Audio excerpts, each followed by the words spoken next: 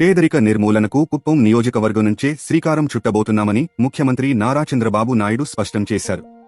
పేదరికం లేని సమాజం కోసం వేసే తొలి అడుగు కుప్పం నుంచే మొదలు పెట్టనున్నట్లు తెలిపారు.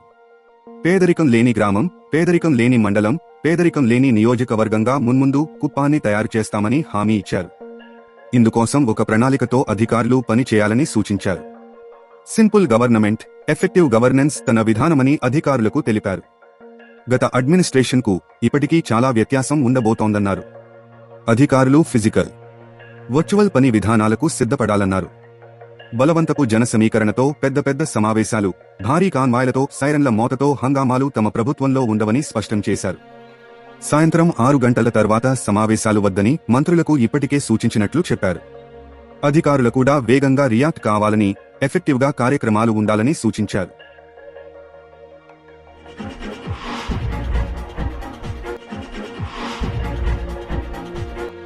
కుప్పం అతిథి గృహంలో చిత్తూరు జిల్లా నియోజకవర్గ అధికారులతో బుధవారం సీఎం సమీక్షా సమావేశం నిర్వహించారు. రానున్న రోజుల్లో అమలు చేయబోయే ప్రణాళికపై అధికారులకు దిశానిర్దేశం చేశారు. కుప్పం సమగ్ర అభివృద్ధికి యాక్షన్ ప్లాన్ సిద్ధం చేయాలని ఆదేశించారు. తన ప్రాధాన్యం, ఆలోచనలు, నిర్ణయాలకు అనుగుణంగా అధికారులు ప్రతిపాదనలు సిద్ధం చేసి పనులు ప్రారంభించాలని సూచించారు. ఈ సందర్భంగా సీఎం మాట్లాడుతూ కుప్పంలో రౌడీయిజం, హింస, గంజాయి అక్రమాలు ఎట్టి పరిస్థితుల్లో కనిపించకూడదన్నారు. రాజకీయ ప్రోద్బలంతో పెట్టిన తప్పుడు రౌడీ షీట్లు ఎత్తివేయాలన్నారు. రౌడీయిజం చేసేవారి పట్ల పోలీసులు కఠినంగా వ్యవహరించాలని ఆదేశించారు. గత 5 ఏళ్లు అధికారులు మనసు చంపుకుని పనిచేశారన్నారు. వైసీపీ నేతలపై సాచిక ఆనందానికి కొందరు అధికారులు సహకరించారని ఆవేదన వ్యక్తం చేశారు. తన సొంత నియోజకవర్గానికే తాను రాలేని, మాట్లాడలేని పరిస్థితులు కల్పించారన్నారు.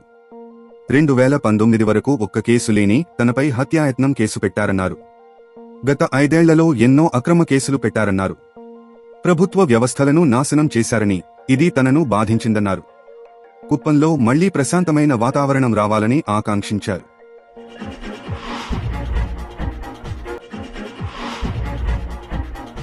నియోజకవర్గంలో కొన్ని సమస్యలు సవాళ్లుగా మారాయన్నారు.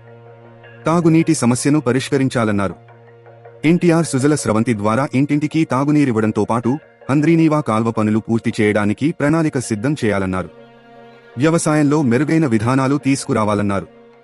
డైరీ, మిల్క్, సిల్క్, హనీ ఉత్పత్తులకు అత్యధిక ప్రాధాన్యం ఇవ్వాలని సూచించారు.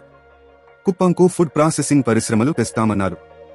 ప్రైవేటు, ప్రభుత్వ విద్యాసంస్థల ద్వారా కుప్పంను ఎడ్యుకేషన్ హబ్గా చేస్తామన్నారు.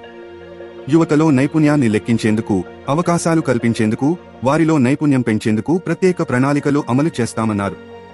రైతులకు సబ్సిడీలు అందించడంపై దృష్టి సారించాలని సూచించారు. ప్రతి శాఖ నుంచి పక్కా ప్రణాళికతో రావాలని, నెలల వ్యవధిలోనే కుప్పంలో మార్పు చూపించాలన్నారు. తాజా సమాచారం కోసం లైక్ చేయండి, సబ్స్క్రైబ్ చేయండి. నోటిఫికేషన్ల కోసం గంట సింబల్ ఆన్ చేసి పెట్టండి.